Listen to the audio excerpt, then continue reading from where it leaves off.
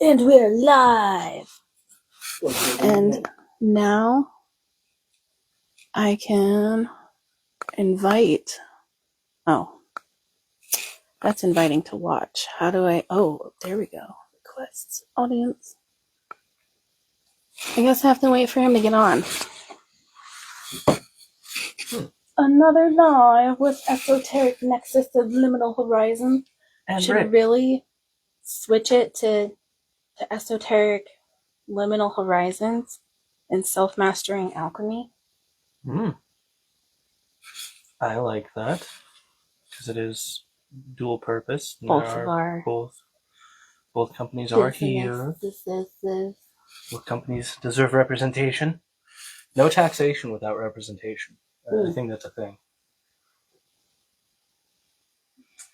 I'm going to be delightfully distracted by this cute puppy right here. She's really... Because hubby just got home, so she really needs some attention from him. Yes. Well, hello, Luna. Welcome. Hello, Luna. Waiting on Mr. Braden. I am going to also jump in on this live. Join. And that way you'll be able to see your comments. In Facebook. Fight you. It works better if you're in the live, Braden. Wow, that I don't know how that angle looks different on mine. Anyway, hello. There we go. Hey, look, I'm watching it, and I'm here. Welcome, Judy. Multitasking. It's a Work It Out Wednesday, so we have a starter theme. Okay.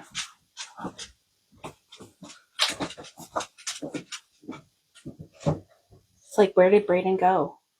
He's not even getting my messages.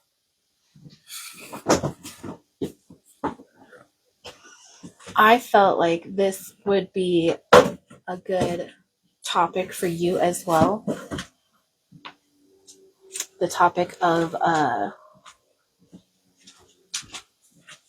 labels. Topic of labels. Ooh, what kind of labels? The expectations that titles bring, and how having a title puts an expectation on each other. You know, I do feel like that is true in many different facets of my life. I have always found that whatever position or title I'm given, I rise to meet that expectation. And if it's not a clearly defined expectation, I always define it for myself and then rise to meet the expectation I have for somebody of that label. Or the silent expectation that family puts on you. Or the silent expectation of friendship, and everybody's varying degrees of what those expectations are in friendships. Yeah, it's kind of like when we blew Braden's mind and told him that he's our friend. That was a beautiful moment, I felt. He was like, I've never really put a name on it. So, it's weird now. It's different. But yeah, no, even something as simple as that. There we go.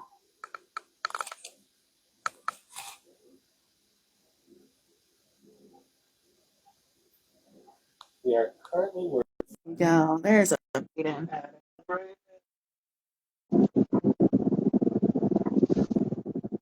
Da-da-da-da. Hello. Hello. Welcome. It worked. And then it just zoomed in on my cup, I guess. Super dope. No, that's not your cup. That's your food. That was my cup. Does that? What does it look like? No. Even closer.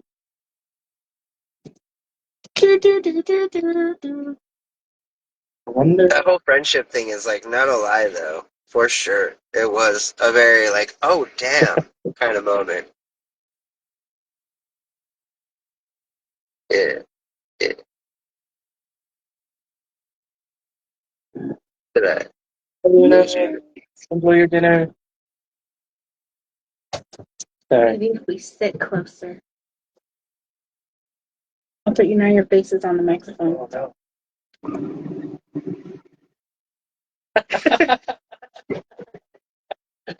We're working out this working out Wednesday, figuring out how to double live.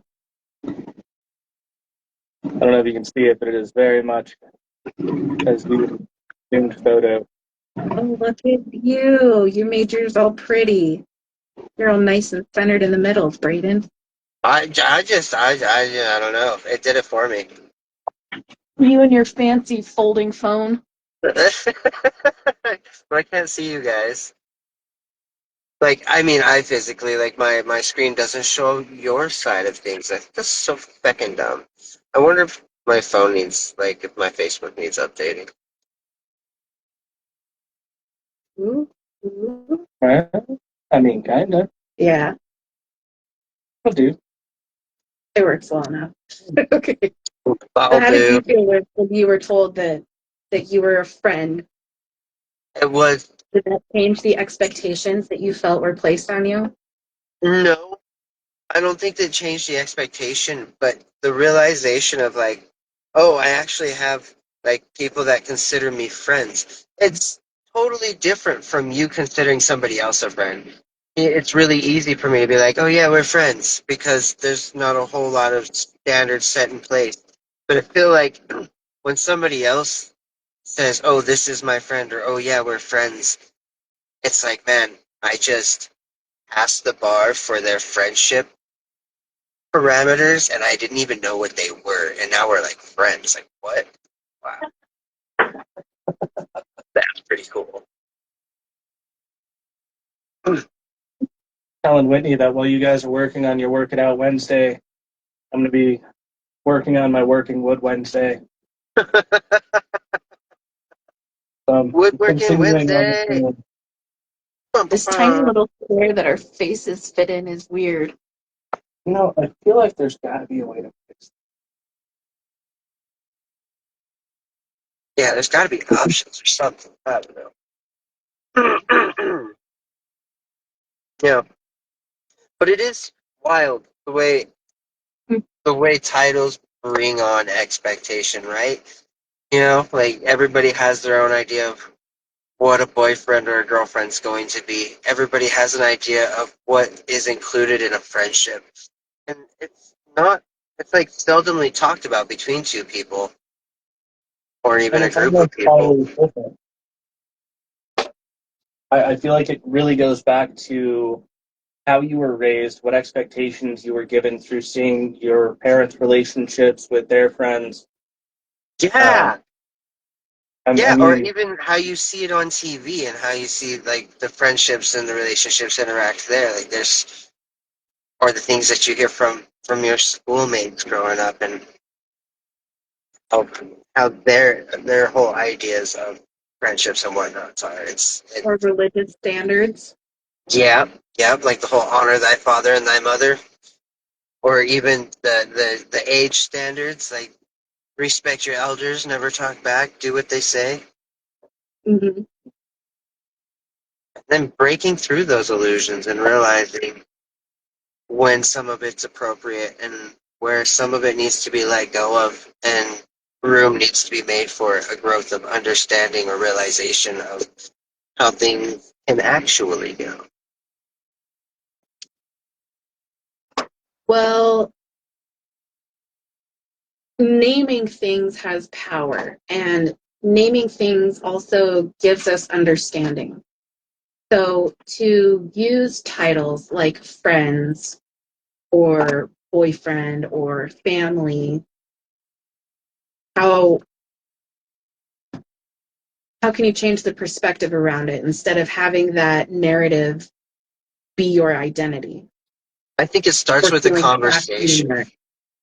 I think it starts with a conversation, whether it's with yourself or with the other party involved. Of like, what are those what are those parameters that define a relationship to you in whatever sense of the word? Why? Why do you feel that those things are important to display in said relationship? Start doing that, you start seeing, well, you've got a whole nother person's perspective. If you're doing that with somebody else, you got a whole nother person's perspective on it of a way that they grew up. So at some point, there are going to be a lot of like, why? Why is that a thing? Where did that come from? My parents weren't like that at all. That is a wild way to be. You know? I mean, And it's even little things like growing up, if you came to my house, you knocked. It didn't matter who you were, friends, family. This is our sacred space. This is where we live. This is where we feel secure. If you're coming in, you're going to knock. yep. And other people have this expectation where once you reach a certain level of friendship, you just don't. You just walk in. That's your place too. Anywhere they're at, you can be. And That's wild to me. yeah, see, and it took me a minute to get used to it because my wife and I had the exact opposite of each other growing up. For me, it was you always knocked. For them, certain friends just walked in. Nope. Like all my friends, like growing up as a kid, I remember kids would just come over. And I remember, little did I know that my parents were having these conversations with each other or with other people behind closed doors. Um, but yeah, people would just come over and there was no need to knock. Like there was always some sort of communication that they're coming over, but there was no need to knock if I know you're coming over. Door's already open. Yeah. Just make So your I know you're way. coming over. My place is yours. And I See, and can't I remember guess who it was, but the first time I talked to somebody about it and that wasn't the same view, it blew my mind. What do you see, mean and other I'm like, people don't do this? I'm abnormal? and I'm like 50-50 in that. Like, if we knew somebody was coming over, we'd unlock the door so they could just come in. But otherwise, it didn't matter if you were family or friends. If you're coming over unannounced, like you were knocking, you weren't just walking in. That was made very much clear. Well, and then having Lurum just fucking taken off whenever he had the chance. He really had to do the whole door lockdown thing because a couple times he's running naked down that street 5 blocks away from the house. Like, jeez, that kid. I tell you what, him and Dimitri both. Well, Here now, Laura, we're talking about you. Yeah, that's yeah. I don't know if you're watching them, but pretty much the whole reason why I always made people knock if they were coming over. Because generally speaking, if I'm home, if I'm not actively participating in family stuff, I'm probably in my room, probably playing a video game, and most likely naked. So most next, if I'm going to have company, I'm going to have clothes ready. right? Yeah, no kidding. Communicating that I you're know. coming over is one thing, but letting me know that you're here, that's important too. Yeah, That's why we have a dog. That's our alarm when system. when I don't have anybody over, I'm definitely running around in my chonies. It's just more comfortable, unless it's cold out. You know, then the heater's not working so great. Then I guess I'll be running in Sweatpants. just my chonies. But yeah. Yeah, that's the last thing I need to do is have somebody just come blowing through my door. Do Ah. you feel But like taking us through your whole no labels in the beginning? oh man, I was really abhorrent towards Yeah. labels. I did well, and friendship is Right. You its don't own have thing, right? to. But I felt But like this was right up your alley with whole like labels yeah, come with So expectation, with a lot of expectations. when especially Brittany and when it I comes got to together, we we kind of rushed in the first year. There were some labels, and our next go around, I had told her, no labels, because that's I don't know if that can be on Facebook Live. Well, it's way below. We only get our face shots right now. That's true. Um, so we had decided no labels, And it was a conversation we had because labels come with expectations. The way things were going at the time, I didn't want any expectations of either of us. I just wanted to, live side by side and see where that took us. And What kind of expectations, though? Oh man, lots of, like, I can jump in on this one. I know a good one that I'm pretty sure you guys can relate to on that, and that's the whole aspect of not of wanting to grow together or have presence with somebody, but not wanting to run the risk of attachment forming because it's safer to be able to express when there isn't a label tied in. But when you have a label like boyfriend or girlfriend, and then you start getting serious about your feelings, then there's this level of commitment that's expected or that you feel is expected of you. I know that was my big thing for not wanting labels in the beginning of my whole pre-dating life. Was I just like, I want people to realize that I am serious about the moment that I get to experience somebody's time, but I don't want to lead somebody on into thinking that like I'm ready for a relationship. Really, I just want to have fun dating. That was a big part of it for me. We had just come off of some pretty heavy shit, and I didn't know if I was healed enough to have the expectations of being a boyfriend. yes, I feel that. I feel that. Well, for me, it was like I've been in a relationship longer than I've been for almost well, longer than I've been alive. Not longer than I've been alive, but in a relationship more often than not throughout my life. So to be able to like have the opportunity to be able to date without committing to a relationship really was like, yeah, my mom had it right. In high school, I should have dated for fun. I should have just gone out with groups of friends and just got to know them. Frick. I wish I would have listened to that bit of it. So now I get to go through and try that. Hell yeah. Well, I think the title absolutely comes with all those expectations because I feel like in the younger years, it's hard to conceptualize everything that goes into a relationship. Yeah, and If relationships, you've like got as I that see them now outside versus as I view saw them of as it. kids, Yeah. yeah, so different. So So figuring vastly that different. out while being under the label and playing the dating game, if you will, I'm not entirely sure what guys do going into relationships, but I know where me and my sisters were, and it was absolutely a fantasy view. It's the end goal is that white picket fence, Yeah, the yeah. husband and the kids and the And, house and the jobs, and and I then think a everything that lot of comes with the house, the barbecues. and I think that's a lot of that's part of it, right? And having a boyfriend or girlfriend doesn't have to mean all right, life with you forever, even though you are, essentially dating to find your person.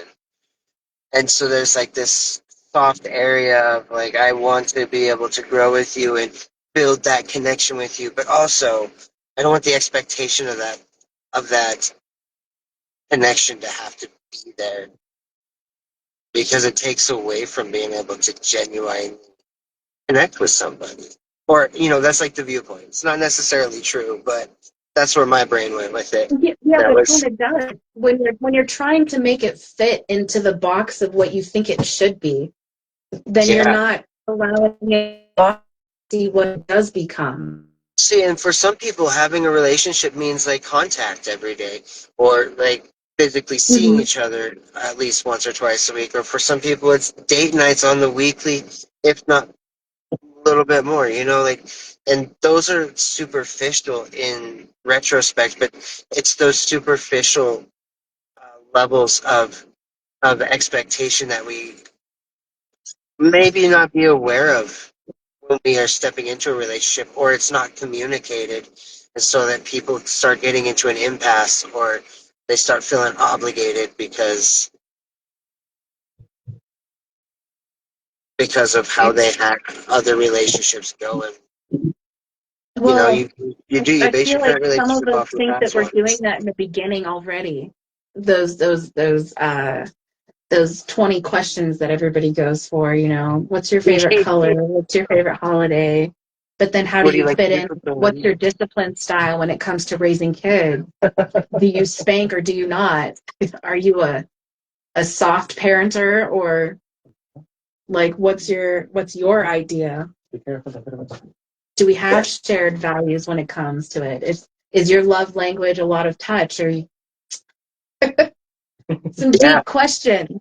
yeah, for What's your sure. expectation if we are boyfriend and girlfriend? What do you expect from me? What is something that Mm-hmm. you would like? See, and once you put the label on, it opens you up to interrogations as such. Oh, I see that too. Just kidding. I know that Uh, Iris really mentioned that like a fear of labels isn't just a fear of commitment, but it's a fear of opening up your heart space and getting vulnerable. And so, that's like one of the things that can be like looked at on your own side of things when you're looking at your expectations and ideas of what a relationship can be is where do I fit in that vulnerability factor? How how Mm-hmm. vulnerable do I feel like I can get with this person? How safe do I feel expressing? And these are things that we don't really think about because we're so lost in the honeymoon. Oh my gosh, I love you and you're so great. And just let's spend time with you phase. Mm-hmm. so for me personally, it was kind of the opposite end of that spectrum. It wasn't about me getting hurt. It was about me hurting somebody. Yeah, that's So a big one Whitney and too. I, we had met far younger. I think I was 12, maybe. And I knew when we met, like, I really liked this girl. She was really fun, really smart. She's a lot of fun to hang out with. She's funny. I could see myself dating this girl. And then as we hung out and got to know each other, I came to the realization then that I was a fuckboy and not a good person. And she deserved a good person because she was a good person. And I made a pretty concerted effort to not date her um, for a few different reasons. Another one of my friends had actually called dibs at some point, I think. I was part of it. And then I just continued to use that as an excuse for a while. We had talked about previously. And then when we had gotten together and I thought that I was ready. And then it turns out I wasn't. Um, so the second go around when we tried again, I still wasn't sure if I was healed enough, if I was ready, if I was done being a dumbass. And I really didn't want to hurt her. See, So until I knew for sure, then I skipped a bunch of labels and just asked her to marry me. And but see, she and said, yeah. I can get behind that though. Mine, like, on that same token, not wanting to hurt somebody, but mine was more like I know that I have the tendency to do. I don't want to say love bombing, but I can get a bit intense in the beginning when the emotions are high, and then after that's over, there are a lot of times where the emotions just drop off and the feelings aren't there, and it wasn't as much for me as I thought it was in the beginning, and then I have to have that conversation with him and be like, look, I know that we're hitting it off really well and everything, but this just isn't for me, you know, and or or it's like we're just really good friends, but all the makings for a relationship are there, but I'm not ready, but they feel like I'm giving them signs that I am. So that was another big thing why I was really cautious against having labels in the beginning was because I don't want to lead you on and then drop you like a hot bag of rocks. Like that's not fair to you. And definitely had the tendency. I've been called out on that a few times. So that was a hard thing to work through. knowledge and realize, and then see why that And I is. also feel like that's why a lot of people get scared when things go stale or when things get silent and it's not so exciting. It's like, oh no, this is the precursor to a breakup. Oh Or a no. really stale relationship. It's all just gonna flatline from here. We've Mhm. already done all the Yep, exciting things. Yeah, yep, yep, yep. for See, what a sure. lot of people don't realize is just how much work it is to be in a relationship. And the responsibility on both sides to continuously and constantly engage. Yeah, Um, to show up so you vulnerable. don't end up stagnant and you don't end up in that relationship that you hear about all the time where at the end of the day he's reading a book and you're reading a book and there's no talking. You don't even know what book she's reading. Like, Yeah, right? it's just two people sharing space begrudgingly. So um then, so then Go ahead. on that, it's like looking at how do you break those illusions? How do you move through it knowing that it may not be exactly, well, either what you're expecting it to be or what you fear it to be, like both of those are really big thought bubbles that happen in people's minds. For And sure. I feel like those are some things that each person needs to sit down individually and think on, what do you want a friendship to be? What do you, because there are expectations. There's no way you can go into a friendship just and and not then be a friend. Like you and are then going also to, also being open to, like, what are you asking yourself, what are you open to that you may not have as a hard line for your relationships, or uh, something that maybe, I don't know. Here's a really good example, like religion. When two people have two different religions that they're both very adamant about, but they come together because they love each other, like sitting down and really asking yourself, what am I open to and what am I not open to when it comes to the whole expression of religion in the household and how we're going to work with that. ooh, that's a good one. That That's a is, good one. that's a really good one, especially if they're looking at a long-term relationship or children. How with that as it comes to their children? Are they going to try to sway them one way or another? Is the other one okay with one being swayed in one direction or the other? Right. Is there an Uh, agenda there and to begin with? Are we going to address the agenda? Can I be open to them persuading and not see it as an agenda? Yeah.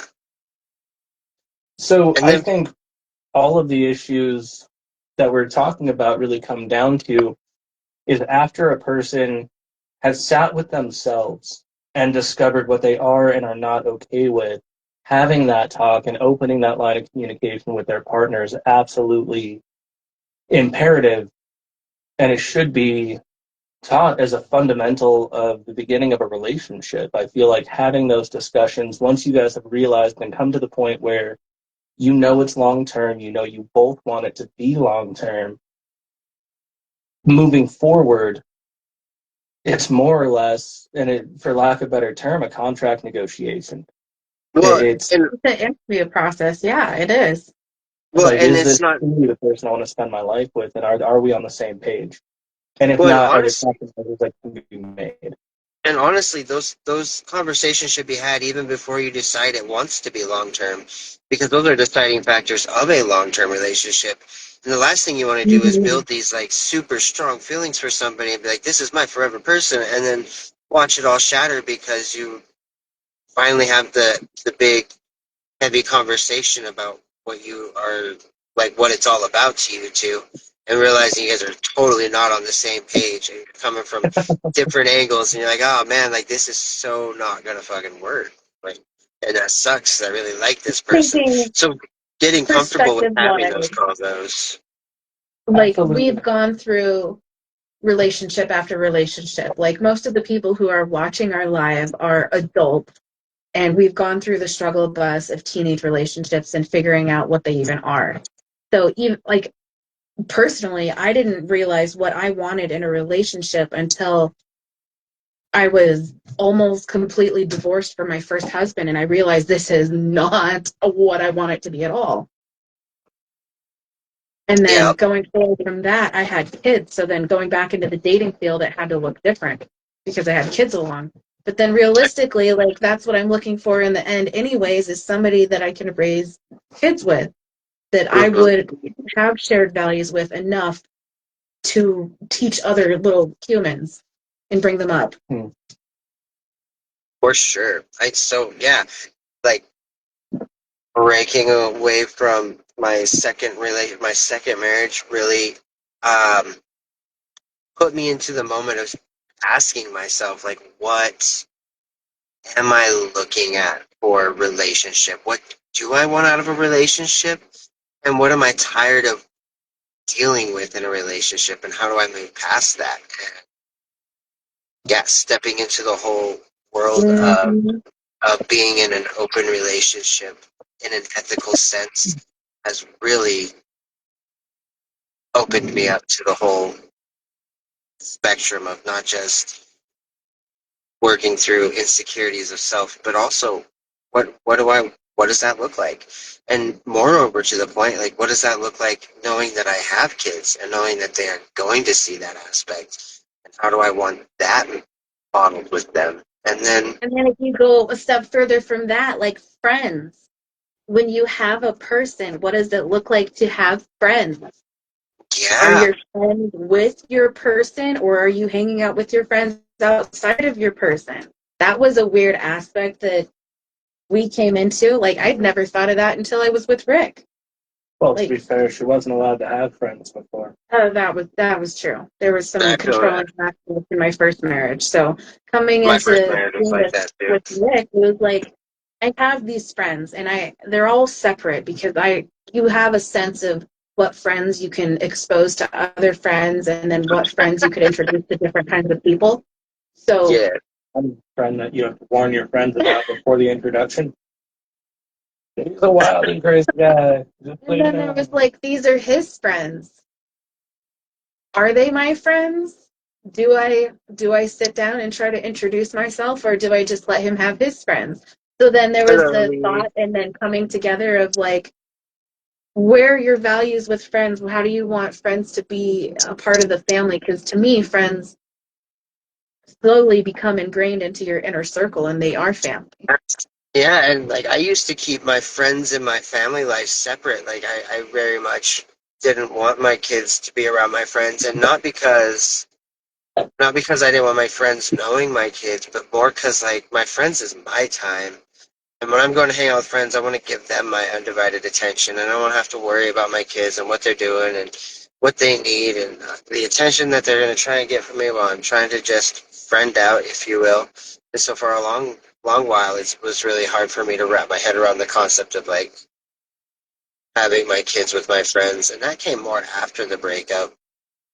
Wasn't like that when I was in my second marriage, you know. Yeah. And now it's come full circle, and I'm like, wow, my So many ex more options for brings her dialogue. friends, or well, and my ex brings all of her friends, guys, girls, doesn't matter. If they're friends, they're friends. And so my kids have like this big, rich, exposed life of social social like hello-ness, right? and Mm-hmm. and that really put it into perspective for me. Like, I shouldn't have to feel like I need to compartmentalize my life into categories. That was Well, wild. not only that, but it teaches your kids boundaries that you can set with friends. It teaches them how to interact with other social or people in social environments.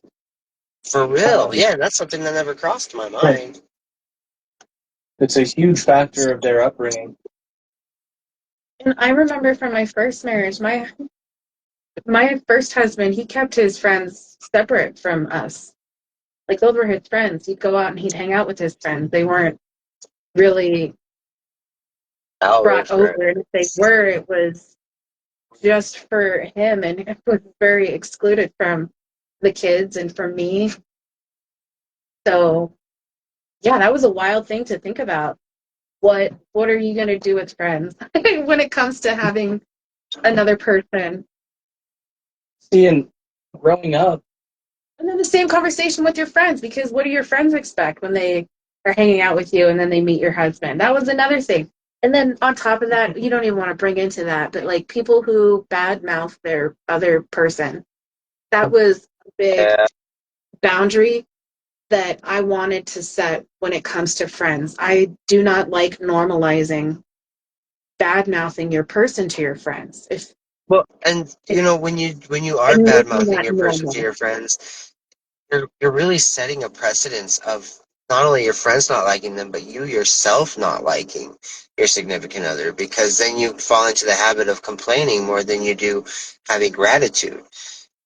And then it's hard to want to work on the things that you're complaining about because you're building resentments. And the worst part about it all is your significant other's not even involved in the conversation. They have no idea unless you've actually said something about it to them and it's been a discussion. So that makes it hard. And then you step into those harder aspects of different, well, I don't know, like even in the spiritual realm of things, you got soulmates and karmic ties and Twin twin flame. flames and the false twin flame, and those are really like everybody has a different understanding and expectation of what comes with those kind of ties and connections. My big pet peeve, I'm just going to jump right into it, is the twin flame journey. Like that, the twin flame journey is not only so convoluted, but it's one of those things that I feel like if you're going to go down that path and claim your twin flame, claim you have a twin flame, then it needs to be uh, navigated with the utmost of care. And you can't be using that twin flame, if you will, as a reason why misbehavior is happening. And I think one of the big things that people need to really remember is even if somebody is your karmic tie, your soulmate, your twin flame, they still have free agency to step away from something that's from a connection that's being realized. And so even though they may be one of those things, it doesn't mean that that decides the relationship between two people. It's the connection that allows you to be able to have a roadmap to be able to go have kind of like a guide of sorts of what's going to unfold in that, like a karmic tie. The moment you realize you have a karmic tie, you know, all right, this person's here to teach me something. I don't know in what capacity, but there's a lesson to be learned there, whether it's going to be one of hurt or one of joy. Being open to realizing that somebody in your life is going, it has that for them. That doesn't mean that like you got to go dive in and make this person your person and spend a bunch of time with them and really hash things out to find out what the lesson is in it so you can release them. And soulmate, yeah, that's a really awesome connection. That means you guys really jive. You really see each other. But it doesn't mean that you have to be together. It doesn't mean that if they're in a state of toxicity that you allow that in your life because, That oh, well, we're soulmates and it'll, excuses the bad things will change. behavior. So, yeah. And especially with the soul, with the twin flame. I hear a lot with the twin flame about the whole negative side of things and how, oh, well, they're just unhealed and I should probably make space for them. But, like, yeah, make space, but not at the sacrifice of self. Be open to recognizing where that person's at and having come from understanding, but realizing that you don't need to be a martyr because they Is aren't it having within their soul being connection struggles. or is it a trauma bond that you're creating? Yes, exactly. Well, and that's just the thing is once you let go of what you think of the heaviness that comes behind the title of those things, once you let go of that whole expectation of there's got to be something big because they are this, then it allows you to be open to like, oh, look, we have a connection. We get to see how it unfolds. We get to work on our communication, Mm, see how that goes. And there will be what growth is or there will keeps be triggering separation. you? Mm-hmm. What is the cycle that keeps replaying? What is the lesson that needs Mm-hmm. to be learned? And how much of it is tied to old cycles, like old relationship patterns? How much of it is tied What to your own boundaries are thought you willing to patterns? set, even energetic boundaries. Mm-hmm. People keep Yeah, coming back because into our lives over and over again. And it's like asking us to see a part of ourselves. yeah, well, and it really helps you define boundaries. It gives you the opportunity to set them and hold to them, and that's where the growth happens, right? Because you set the boundary and they either rise or they fall to the occasion, and there's no expectation in it. You're not like you Mm. have to rise or damn, I wish you could. I mean, there's a little bit of damn, I wish you could when they can't, right? Because when you love somebody, you want to see them But then that grow and brings up the fear flourish. of abandonment, that Yeah, unhealed attachment wound. That like if you lose that bond, what happens? If you yeah, lose that twin flame or that soulmate, if it starts going downhill and it feels like they're going away, then and I think at that what point do you it's do? really strong to step into like what's for you is for you and it will be there. And if it's not there, then it may not be there for a time or it may not be there for good because you've either grown past the lesson or the paths that you guys are going on are no longer in alignment and it is what it is, you know? But And holding not on to to that. romanticize the pain. But Do there will be not somebody. romanticize the pain. There will be somebody. And that's what Separation is part of the journey. And that's what I like to tell people when it comes, like, especially when it comes to those connections, is there will be another. There will always be somebody to step into that role if the one that was supposed to cannot do it. And it's up to you to have discernment and be able to find that person that actually will show up the way that you would like for them to as long as as well as being open to not making something be a certain way. It's that whole like having a goal but Yeah. not expecting the goal to play out the way it needs to in the end and being open for that goal to shift and change as your experience towards reaching that goal is had. Mm-hmm. Yeah. Mm-hmm. Are you sitting in that limbo of like, should I be with this person or should I not? Like, are you making this choice from wisdom or are you just sitting in limbo? Yeah. Are you being reactive or responsive? Is Are we this hiding coming the from red flags under divine timing and using spiritual bypassing to excuse the behavior? yeah. Are Oof, you oof, are oof. you is this coming from an emotion? Is your choice stemming from an emotion, or is it stemming from the realization of what that emotion holds? So if we remove the label, can we still honor the impact that that person has on our life? Be it a friend, be it this soulmate, this twin flame that we're holding on to. If we remove the title, I does think that removing help? I think removing the title allows you to see it from a from like third person perspective.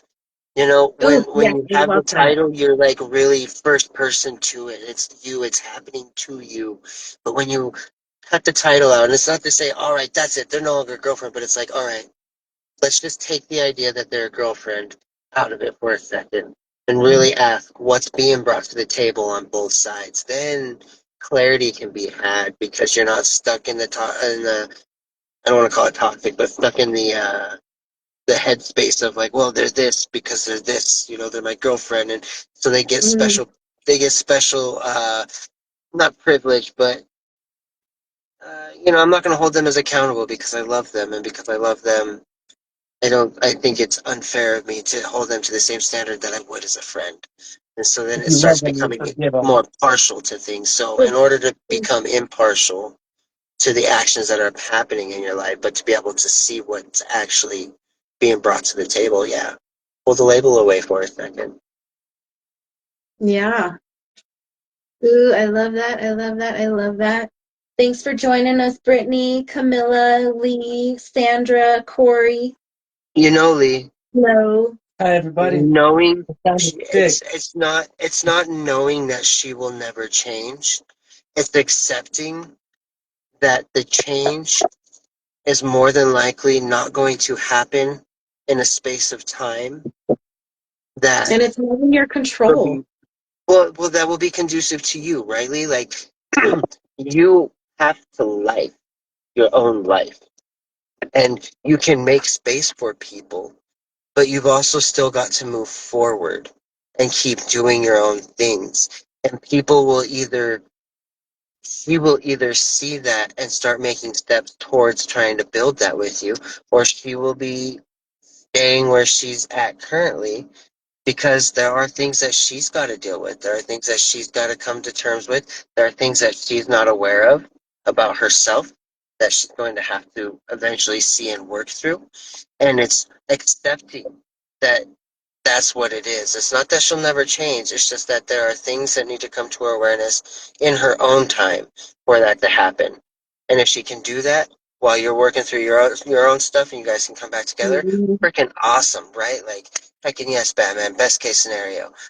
On the flip side of that, as you're growing and you continue to choose yourself, if she can't choose herself and grow with you, then just look forward to her being able to choose herself so she has a better quality of life for herself. And that she will find the person that she can actually life with, just as you will find the person that you can life with. Because as you choose yourself, you bring those that choose you as well into your life. Take that trigger. Take that trigger and turn it inward. What does that reflect back to you about yourself? Yeah, because at the end of the day, you can't control how somebody else is going to see the relationship and react with it, right? Like, you can try all you want till you're blue in your face to make something work, but unless they want to make it work too, it, it's a really really big uphill battle. But being able to look at where you've dropped the ball in the relationship and where you could have shown up better, that's something you have control of to be able to acknowledge, to be able to rectify. Maybe not through this relationship, but as it comes up in others, you will be able to address it and move forward with it and have understanding and communication with it, because you don't want to go back through the same pattern with your next person. Mm-hmm. Absolutely. And that's I not think your that job, right? Like, her not admitting that she has issues is like, that's her prerogative. That's her showing you where she's at. Like, that has nothing to do with your own growth of self. And chasing that and being upset that she can't acknowledge that for herself is only going to drive you to resentment. And it's an energy that's not even, like, it's not yours. It's not yours, man. It's not yours to take on. And it's frustrating and it hurts because you want them to see it, because you want them to be able to grow with you at the end of it. But Mm. they've got to come to that realization in their own time. And the more that we push to try and make that happen for them, that's like the term of insanity, right? Doing the same things over and over, expecting a different result.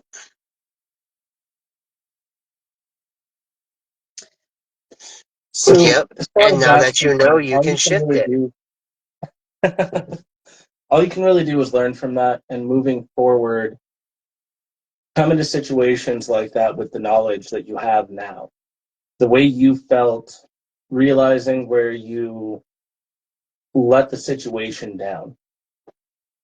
Um, in that one specifically, reacting to the actions and or words as opposed to holding space for the way that you were both feeling. I imagine them as the ocean and me as the harbor wall. They're going to rage, they're going to crash against you, but the harbor wall doesn't give. The, That's the funny. harbor wall stands strong, and it accepts that, and it embraces that, and it takes it so that they can eventually run their storm out. I And when picture the mine as emotions a buoy. subside, then you can absolutely come to them from a place of peace. Just as the harbor wall was not shaken, it was not broken, and it was not moved, neither shall you be. And you can come to them from a place of peace, a place of solid foundational ground, and have a logical and meaningful conversation about the emotions that they had expressed. Man, I totally see it as I'm a buoy in that ocean. And it doesn't Hell matter yeah. how much the waves rage and how high they get, like, it's not gonna sink you You're still going to be floating up top.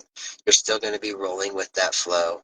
And after it all calms down, that boy's still sitting there, hanging out in that same spot. Just like, what's up, guys? How's life? I'm lifing. Mm-hmm. I like that we both came to the conclusion that it's a ocean storm. Yeah, well, Emotional. like women are emotional Women creatures, are and emotional creatures for sure, and that does not excuse any. Uh, oh my gosh. and ever changing. heck, Any yeah, abuse. It does not excuse any abuse or any negative attacks on you. That does not excuse it.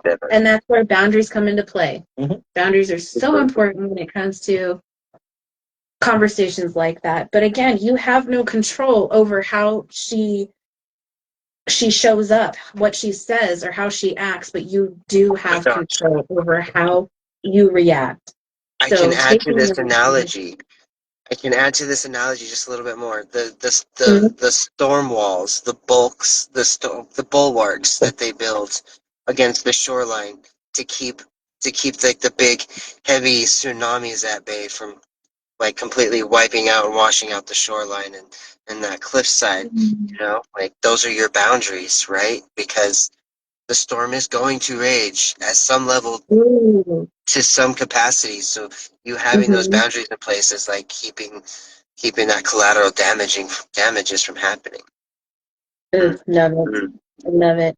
And having those conversations about how to deal with emotional or physical strife in the relationship, the boundaries that people set. Don't cuss at me. I will not accept you laying hands on me, and I will in turn never lay hands on you. Don't Don't cuss call at me me. I won't cuss names. at you. Exactly. No personal attacks when we're having a logical conversation. But now the other thing on the flip side of that, you can't be. I'm gonna say it like this: you can't be going and setting boundaries about how they are going to react in its entirety, because some people No, need to rage, some absolutely not. people do need to yell, some people do need to mm, maybe they do need to smash things. So in accordance to that, be like, I recognize that you want to get physical. Let's go find something to get physical with, because it can't be me. I will allow you to express, but you can't express that one particularly on me. But by all means, Exactly. you have your process and you're allowed to it.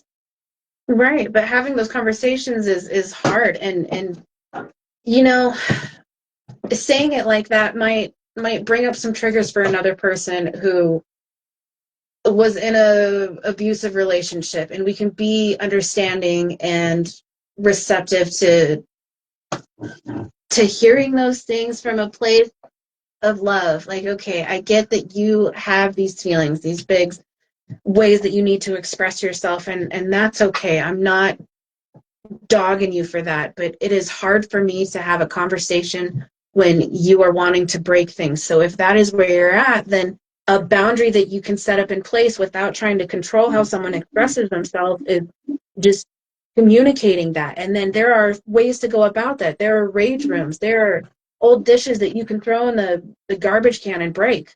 But being able to have a conversation with a friend, a person, anybody, to set those boundaries in place so that you don't feel like you are being attacked by the ocean, where you can just let go, relax, and hold that space. It doesn't feel like you're trying to contain a hurricane. Yes, yes. Mm. And Lee, I know it sucks that she wanted you to mold and she wouldn't reciprocate. And that's a really easy topic to get stuck on and like cycle through because of all the effort that you feel you put in that regard.